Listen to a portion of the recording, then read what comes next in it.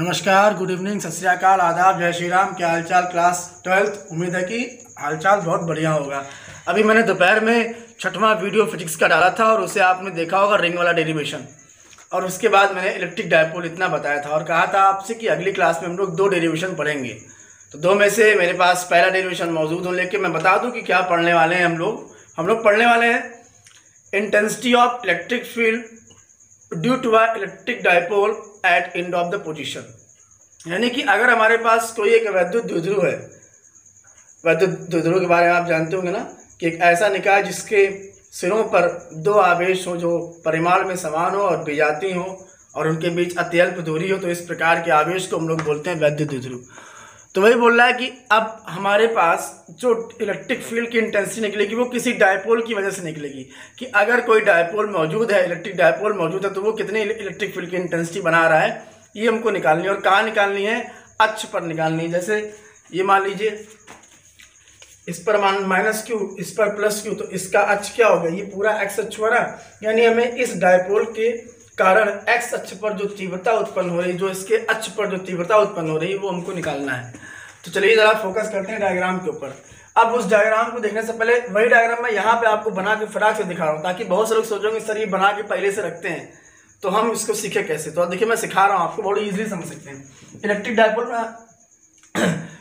Dipole बनाना तो आप जानते हैं ना, वैद्युत द्विध्रुव बनाना, कि यहाँ पे आप ए मान लो, ये बी मान लो, ए पर आप यहाँ एक माइनस क्यू और ये क्या रखो प्लस क्यू, सेंटर में ओ, इसकी डिस्टेंस भी कितनी एल, इसकी डिस्टेंस भी कितनी एल बनो। ये हमारा क्या बन गया? इलेक्ट्रिक डायपोल बन गया ना। अब इलेक्ट्रिक डायपोल की वजह से, यानी इस डायपोल की वजह से जो तीव्रता उत्पन्न होगी वो इधर एक्स अक्ष पर, तो हमने मान लेते हैं यहाँ कहीं तीव्रता पी पर निकालनी हमको।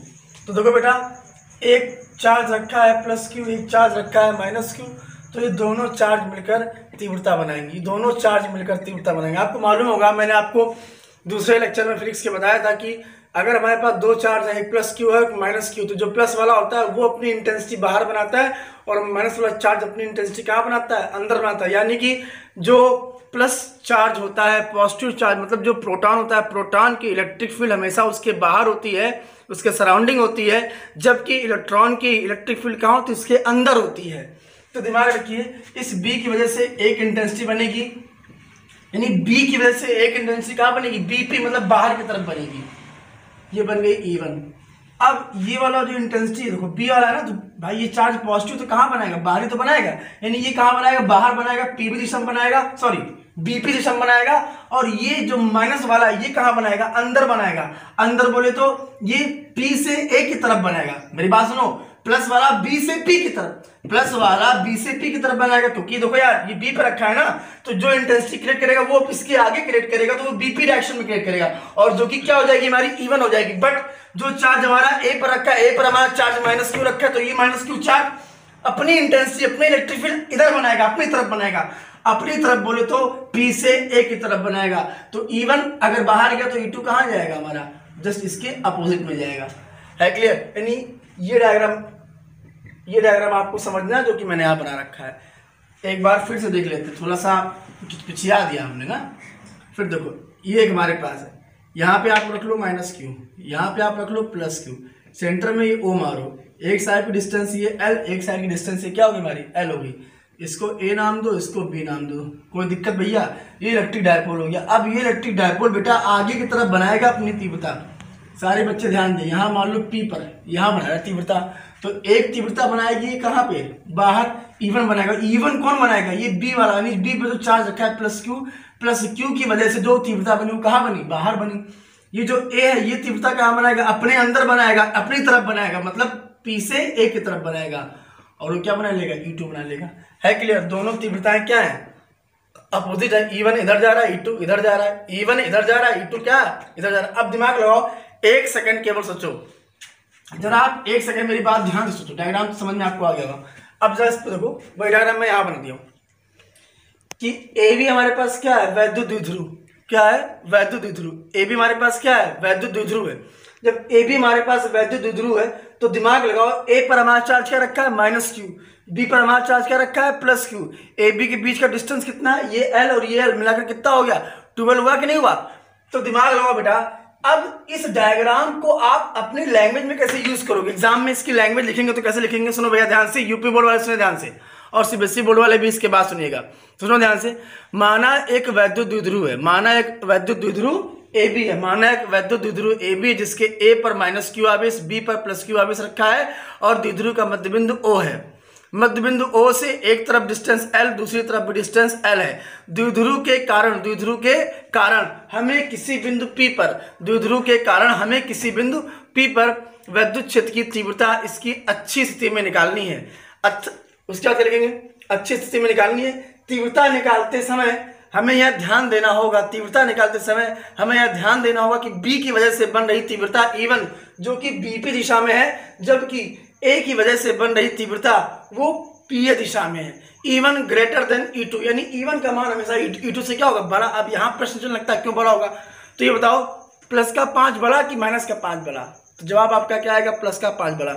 यानी कि जो प्लस वाला है वो ज्यादा इंटेंसिटी बनाएगा और माइनस वाला इंटेंसिटी कम बनाएगा, तो E1 क्या होगी, ज्यादा, और E2 क्या होगी, हमारी कम होगी। ध्यान रहे, लास्ट में ये भी लिखेंगे कि ये पूरा सब्सटेंस या ये पूरा निकाय या ये पूरा द्विध्रुव कहाँ रखा है, एक ऐसे माध्यम में रखा है जिसका परावर्तनांक कितना है, कि डाइलेक्ट्रिक, इसके बारे में आपको बता चुका हूँ, है क्लियर। एक बार फिर सुन लो।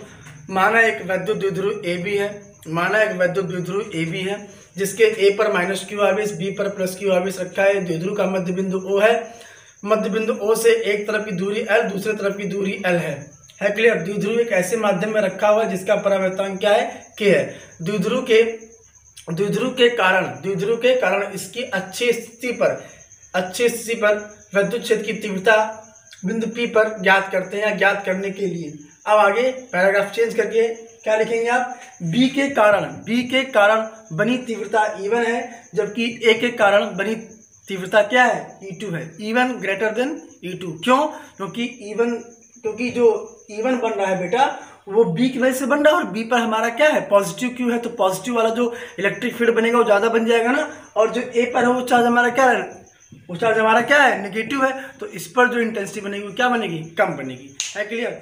आपको वेक्टर में ध्यान होगा, मैंने आपको वेक्टर पढ़ाया तो बताया था कि अगर एक चीज जा रही है, इधर आपका लग रहा है F1 फोर्स और इधर आपका लग रहा है F2 फोर्स, तो रिजल्टेंट फोर्स क्या लगेगा, F बराबर F1 डिफरेंस F2, यानी कि इस वाले पॉइंट पर जो रिजल्टेंट फोर्स लगेगा वो कितना लगेगा, F1 डिफरेंस F2, मतलब कम वाले में ज्यादा क्या करो, घटा दो, जो आएगा वही हमारा पॉइंट ऊपर फोर्स लग रहा होगा। तो वैसे ही इस पॉइंट P पर, इस पॉइंट डायग्राम की तरह इस लाइन को देखिए, इस पॉइंट P पर देखो बेटा, एक इंटेंसिटी यहाँ बन रही है मेरे प्यारे बच्चे और दूसरी इंटेंसिटी कहाँ बन रही है, यहाँ बन रही है। अब देखो ना, ये P पर बन रही है ना इंटेंसिटी, तो एक E इधर घसीट के ले जा रहा है, एक E2 इधर घसीट के ले जा रहा है, तो इस P पर भी एक्चुअली कुछ कार्य कर रहा होगा, और वो क्या काम कर रहा होगा मेरे प्यारे बच्चे, ये काम कर रहा होगा, और इसकी वैल्यू क्या होगी, E = E1 - E2, E क्या होगी, E1 - E2। कोई पूछे आपसे कि E1 - E2 ही क्यों होगा, E2 - E1 क्यों नहीं होगा, तो आप उसको जवाब दो, क्या जवाब दो, कि जो E1 इंटेंसिटी बन रही है वो पॉजिटिव चार्ज की वजह से बन रही है, और positive is always greater than negative, so we can say that E1 will be greater than E2, है क्लियर। कोई दिक्कत, लैंग्वेज लिख लेंगे, सीबीएसई वाले इसकी लैंग्वेज क्या लिखेंगे, let's consider AB is an electric dipole. Let's consider AB is an electric dipole which is kept on a dielectric constant K. Which is kept on a dielectric constant K. We have to find the electric intensity. We have to find the electric intensity due to a electric dipole at a point P. At a point P. So we are getting according to the diagram. So we are getting according to the diagram due to positive charge plus Q. Due to positive charge plus Q, intensity is creating E1, and due to negative charges, intensity is creating E2. So if we are looking or we are observing at point P, so we are getting at a point P resultant electric intensity becomes E = E1 - E2, because both intensity are working opposite direction, है clear. कोई दिक्कत, चलिए अब दिमाग लगाना है आपको।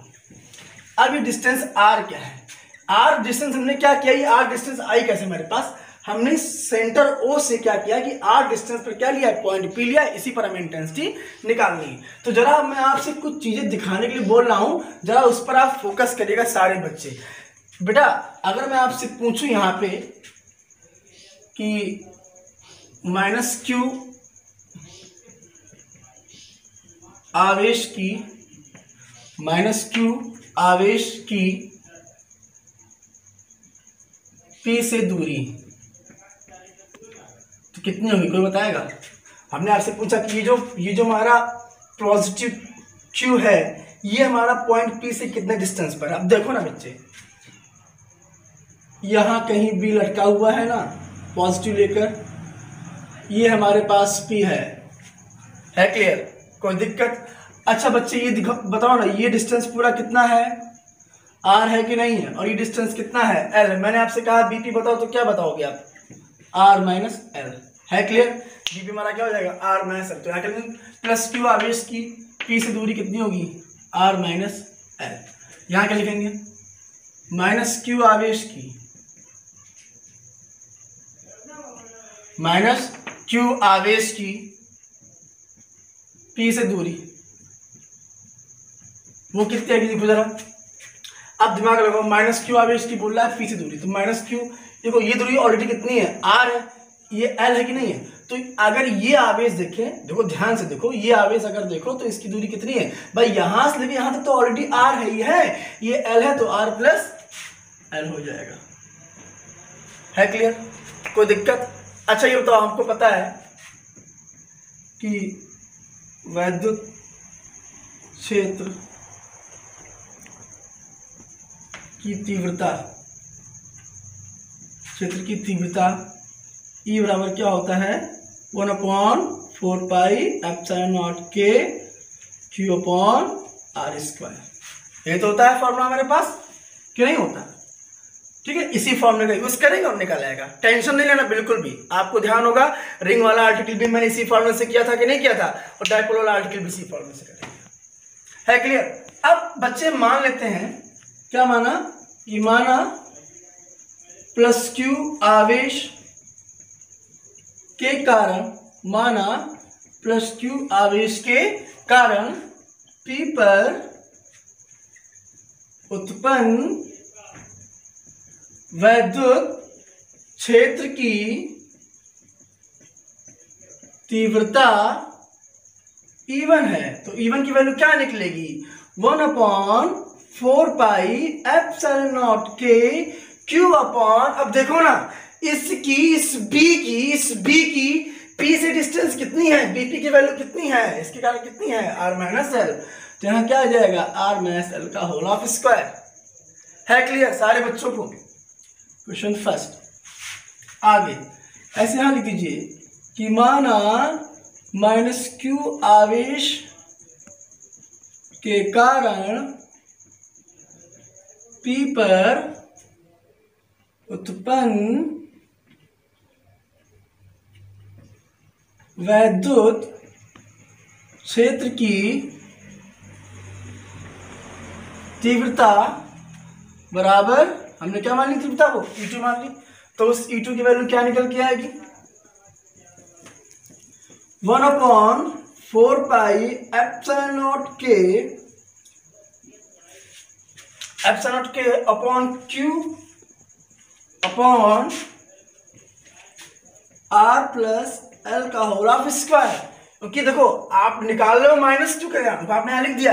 अब यहां पे माइनस मत लगाना, यहां पे माइनस मत लगाना, आप केवल मैग्नीट्यूड लो। तो इसका मापांक कितना है, Q है, तो वही Q upon R plus L का होल ऑफ स्क्वायर, है क्लियर। अच्छा बेटा ये जो है ये किस दिशा में है, E1, देखो E1 किस दिशा में है, E1 है किसके लिए, E1 पॉजिटिव के लिए है ना, B के लिए है कि नहीं है। और मैंने भी क्या बताया कि ये प्लस Q अपनी इंटेंसिटी कहां बनाएगा, किस डायरेक्शन में बनाएगा, बीपी डायरेक्शन में बनाएगा। तो ये कहां होगा, इसको लिख दो, बीपी दिशा में। और ये कहां बनाएगा, ये कहां बनाएगा, P से A की तरफ, PA दिशा में, है क्लियर, कोई दिक्कत। अब इतना करने के बाद यहां लिखा हुआ है, ध्यान से देखिएगा, PA दिशा में, है क्लियर, कोई दिक्कत नहीं। अगर ना दिख रहा हो स्क्रीन पे तो कोई टेंशन मत लीजिए, मैं बोल दे रहा हूं PA दिशा में, और आप समझ ही गए होंगे इतना। अब हमें क्या निकालना, हमें इस P पर कुल, क्योंकि देखो इस P पर दो तीव्रताएं बनी, माना क्यों कारण P पर और P पर, यानी P पर दो लोग बना रहे हैं। लेकिन एक्चुअली मैंने भी क्या बताया, एक इधर घसीटेगा एक इधर घसीटेगा। मान लो मेरा हाथ दो लोग पकड़ के घसीटे, एक इधर एक इधर घसीटे, तो वो दोनों तो अपने हिसाब से फोर्स लाए, लेकिन वो फोर्स हमें तो महसूस हो रहा होगा ना, तो मेरे ऊपर कितना फोर्स महसूस हो रहा होगा, उन दोनों के डिफरेंस के इतना।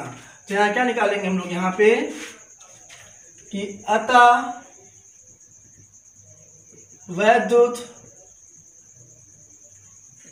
द्विध्रुव के कारण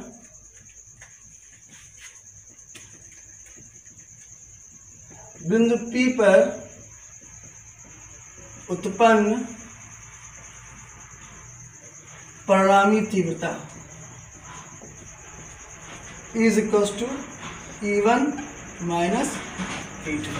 हमने क्या माने, परिणामी तीव्रता क्या मान ली, E मान ली, और वो क्या है E1 माइनस E2। चलिए अब जरा E1 की वैल्यू क्या कर रखो, तो E1 हमारा कितना निकल गया, ये है ना 1/4 pi epsilon naught k q upon r minus l का whole of square minus 1/4 pi epsilon naught k q upon r plus l का होल ऑफ स्क्वायर। है क्लियर? कोई दिक्कत, कोई समस्या? चलिए ये हेडिंग तो आपने नोट ही कर ली होगी, मैं इसे रफ कर देता हूं।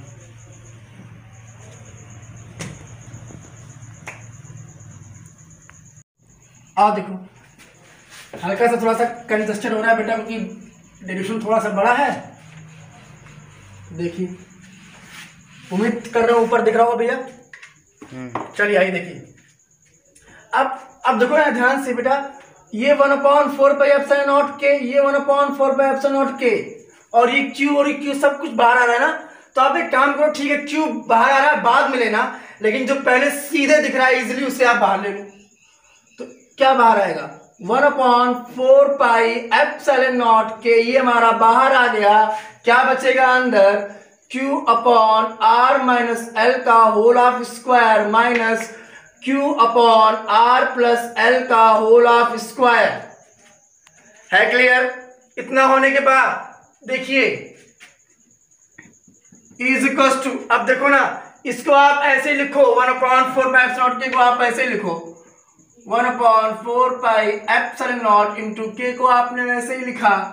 अंदर अगर आप एलसीएम लेंगे तो क्या आ जाएगा, देखो ध्यान से, ये आपका आ जाएगा R माइनस एल का whole square into R plus L का होल ऑफ स्क्वायर। है क्लियर? अगर आप इसे डिवाइड कराएंगे पूरे को, यह काम करिए, देखिए ऊपर से, हाँ आपने इतना कॉमन किया, अब आप ऊपर से जरा Q भी कॉमन कर लीजिए। Q कॉमन करके निकालेंगे बाहर तो क्या बचेगा, देखो 1/R माइनस एल का whole square, 1/R minus L का whole square minus 1/R plus L का होल ऑफ स्क्वायर। है क्लियर? कोई दिक्कत बेटा, कोई समस्या होगा तो तुरंत बताइएगा कमेंट बॉक्स में जाकर। तो E बराबर ये आएगा, अब देखो 1/4 पाई एप्सिलॉन नॉट इंटू के को आपने एज इट इज वैसे लिखा। अब इसको जरा थोड़ी सी मैथमेटिक्स से सॉल्व करो, इसका एलसीएम लोगे तो क्या आएगा, R माइनस एल का whole square into R plus L का होल ऑफ स्क्वायर। है क्लियर? कोई दिक्कत आपको? अब इसको आप डिवाइड करिए, तो बेटा इस पूरे टर्म का जब इसमें डिवाइड करोगे तो ये और ये कैंसिल हो जाएगा ना, केवल क्या बचेगा, R प्लस एल का होल स्क्वायर बचेगा। उससे ऊपर पहुंचाओ तो क्या बचेगा, R प्लस एल का होल ऑफ स्क्वायर माइनस, यहां जब इसका इसमें डिवाइड करोगे तो ये और ये कैंसिल, ये ऊपर चला जाएगा, R माइनस एल का होल ऑफ स्क्वायर। है क्लियर? कोई दिक्कत, कोई समस्या? चलो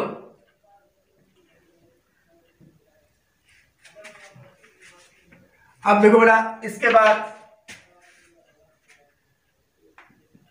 इज इक्वल टू, अगर आप देखो ध्यान से तो ये 1/4 पाई एप्सिलॉन नॉट इंटू के ऐसे रहा, ये क्यू रहा। इसको आप जरा सॉल्व करिए तो देखो ये a माइनस बी, ये a प्लस बी, क्या बन जाएगा नीचे, क्या बन जाएगा, शायद ये बन जाएगा, देखो ये बन जाएगा R square minus L square का होल ऑफ स्क्वायर। और ऊपर क्या बनेगा, देखो ध्यान से, जब आप इसे सॉल्व करोगे तो a प्लस बी का होल स्क्वायर से इसे आप ब्रेक करोगे तो क्या ब्रेक करोगे, R square plus L square plus 2lr, ये तो ब्रेक करोगे, माइनस लगाओगे, फिर यहाँ क्या आएगा, R square plus L square minus 2lr आएगा। तो माइनस और माइनस यहाँ जाएगा तो क्या हो जाएगा, प्लस कर देगा, और आर स्क्वायर और एल स्क्वायर इसके, यानी इसके आर स्क्वायर और एल स्क्वायर माइनस हो जाएंगे, क्योंकि हमारे कैंसिल हो जाएंगे। तो फाइनली ऊपर क्या बचेगा, 12r और 12r मिलकर क्या बन जाएगा आपका 4l इंटू आर बन जाएगा। है क्लियर? कोई दिक्कत? ये चीज ऐसे हुआ, देखो जिसको नहीं समझ में आया, r प्लस एल का होल स्क्वायर खोलोगे तो क्या आएगा, R square plus L square plus 12r आएगा कि नहीं आएगा? आगे क्या लगा है, माइनस लगा दो माइनस, फिर देखो इसको खोलो तो क्या आएगा, ये R square plus L square और माइनस 12r आएगा। अब मेरे प्यारे बच्चे देखो, जब इसका मल्टीप्लाई कराओगे अंदर, जब अल्टर मल्टीप्लाई कराओगे माइनस का, तो माइनस का आर स्क्वायर माइनस का एल स्क्वायर नहीं हो जाएगा, ये माइनस का एल स्क्वायर माइनस का एल स्क्वायर और माइनस माइनस क्या हो जाएगा, प्लस हो जाएगा। तो ये कैंसिल, ये कैंसिल, 12r मिलकर कितने हो गए 4l इंटू आर, वही मैंने लिखा है। उम्मीद है अब समझ में आ गया होगा। अब देखो आगे, अब आगे क्या है, इस q को अंदर ले जाओ और 4 को लिख लो 2 इंटू 2, इस q को अंदर ले जाओ और 4 को लिख लो 2 इंटू 2, तो यहां से आएगा e is equal to 1/4 pi epsilon naught into K. इसको जरा आप अंदर ले जाओ और इसको लिखो 2 इंटू 2, इस q को आप अंदर लिखो q, lr को आपने वैसे लिखा और नीचे क्या आ जाएगा आपका r माइनस एल स्क्वायर का होल ऑफ स्क्वायर। है क्लियर? कोई समस्या? अगर आप ध्यान से देखें तो 2 into Q into L, 2 into Q into L, अभी मैंने आपको 5वें लेक्चर में बताया था कि P बराबर होता है वैद्युत द्विध्रुव आघूर्ण बराबर होता है 2 इंटू क्यू इंटू एल। तो जहां पे हमारा 2QL लिखा है वहां पर क्या आ जाएगा, P आ जाएगा। तो E बराबर क्या आएगा 1/4 पाई एप्सिलॉन नॉट इंटू के, ये आ जाएगा 2P, इसके पूरे के स्थान इस पूरे टर्म पे क्या आ जाएगा, P आ जाएगा इंटू आर आ जाएगा। मेरे प्यारे बच्चे नीचे क्या आ जाएगा, R square minus L square का होल ऑफ स्क्वायर। है क्लियर? इतना आते ही अब इसको पहले आप इतना नोट कर लीजिए, फिर मैं आपको बताऊं। चलिए भैया अब आगे देखिए, तो इस स्टेप को आप लिखिए जरा, तो E इज इक्वल टू क्या आएगा आगे 1/4 पाई एप्सिलॉन नॉट इंटू के। मेरे प्यारे बच्चे वो हो गया 2PR अपॉन में R square minus L square का होल ऑफ स्क्वायर। अब जब देखो, अभी हमने आपसे बताया था, दोपहर में बताया था, क्या बताया था कि जो वैद्युत द्विध्रुव होता है उनके बीच जो आवेश रखे होते हैं उनके बीच की दूरी बहुत छोटी होती, बहुत छोटी, बहुत ही छोटी। अब दिमाग लगाओ, अगर आपके पास 0.2 लिखा है, ये बहुत छोटा है कि नहीं है, बहुत बड़ा लग रहा होगा ना आपको। अच्छा अब बताओ, ये छोटा है ना, 0.01 छोटा है कि नहीं है? अगर ये छोटा है, अगर इसका स्क्वायर कर दे तो बताओ छोटा आएगा कि बड़ा आएगा? बड़ा आएगा ना? गलत, छोटा आएगा। देखो कैसे, 2 का स्क्वायर करोगे 4 आएगा, 4 का स्क्वायर करोगे 16 आएगा, 5 का स्क्वायर करोगे 25 आएगा। यानी ऐसे नंबर जो कंप्लीट होल नंबर हैं उनका स्क्वायर करोगे तो वो बड़ा आएगा। But if you have any decimal number, अगर आपके पास कोई दशमलव की संख्या है उसका स्क्वायर अगर आप करना शुरू कर देंगे तो डेफिनेटली वो उससे छोटा ही आएगा। तो दिमाग लगाओ, अगर L यानी जो वैद्युत द्विध्रुव के बीच जो दूरी है, ये सेंटर से जो दूरी है L, ये L बहुत छोटा है, इस बात से सहमत करते हो? अगर ये बहुत छोटा है तो इसका स्क्वायर क्या बहुत बड़ा होगा क्या? ये भी बहुत छोटा होगा। यानी अगर L छोटा है तो L स्क्वायर क्या बहुत ही छोटा होगा। लेकिन बहुत छोटा है किसके कंपेयर में? R के कंपेयर में। तो आप यहां क्या लिखेंगे, क्या लिखेंगे कि L स्क्वायर R स्क्वायर की तुलना में अत्यंत छोटा है। क्या लिखेंगे?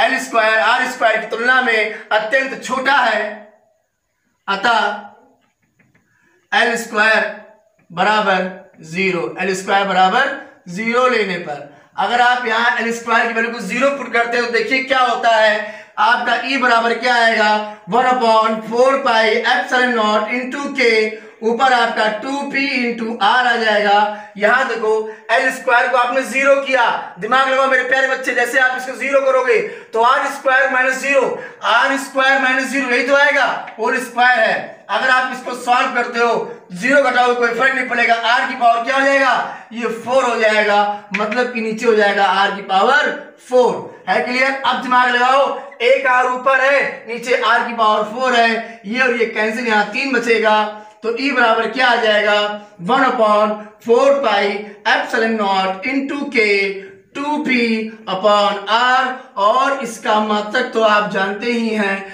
न्यूटन पर कूलम। क्या जाएगा? न्यूटन पर कूलम। तो फिर से सुनिए भैया, वैद्युत द्विध्रुव की अच्छी स्थिति के लिए अगर आपसे कोई पूछता है, वैद्युत द्विध्रुव की अच्छी स्थिति के लिए अगर आपसे कोई पूछता है कि वैद्युत क्षेत्र की तीव्रता का सूत्र क्या होगा, तो क्या होगा? E बराबर 1/4πε0 K इंटू 2p/r3, जहां P क्या है? जहां P इलेक्ट्रिक डायपोल है, R क्या है? R उस इलेक्ट्रिक डायपोल की सेंटर से वो डिस्टेंस है जहां पर आपको इंटेंसिटी फाइंड आउट करनी है क्लियर? ε0 क्या है? निर्वात की वैद्युतशीलता है, K क्या है? परावर्तांक है, और E क्या है? वैद्युत क्षेत्र है क्लियर? वैद्युत क्षेत्र की तीव्रता। तो उम्मीद करता हूं ये पूरा डेरिवेशन आपको समझ में आया होगा। जो मैंने रफ किया है उसे आप पहले नोट करेंगे, फिर ये आप बगल में सेकंड स्टेप इसे नोट करेंगे, थर्ड स्टेप देखिए ये क्या है, चौथा स्टेप ये है, और पांचवें में ये पूरा डेरिवेशन है। यानी जो मैंने रफ कर दिया अभी, जिसके ऊपर मैंने ये किया है, जो पहले स्टार्टिंग तो वो पहला था, ये दूसरा स्टेप है, इसे नोट करेंगे, ये 2 लाइन तीसरे स्टेप में, ये 3 लाइन चौथे स्टेप में, जो बच जाए वो 5वें स्टेप में। तो ये था हमारा पूरा डेरिवेशन। यानी वैद्युत द्विध्रुव की अच्छी स्थिति के कारण जो तीव्रता बन के आती है वो इतनी बन के आती है। उम्मीद करता हूं कि ये डेरिवेशन आपको बहुत बेहतर समझ में आया होगा। इसका सेकंड पार्ट मतलब वैद्युत द्विध्रुव की निरक्षीय स्थिति में 2 फॉर्म में प्रूफ करने के लिए आता है, एक अच्छी का आता है और एक निरक्षीय का। दोनों में से कोई भी आपकी परीक्षा में आ सकता है, दोनों ही महत्वपूर्ण है, तो दोनों को तैयार करना है। आज के लिए फिलहाल यही डेरिवेशन मैंने आपको बताया है, इसे ही आप कम से कम 2 बार लगाइएगा, ट्राई करिएगा। जिस बच्चे को या बच्ची को जहां प्रॉब्लम हो तुरंत मुझे ग्रुप पर या यूट्यूब चैनल पर मैसेज करके बताएं। उम्मीद करता हूं कि आपको बहुत बेहतर समझ में होगा। आज की क्लास के लिए इतना ही, मिलते हैं नेक्स्ट क्लास में, तब तक के लिए धन्यवाद।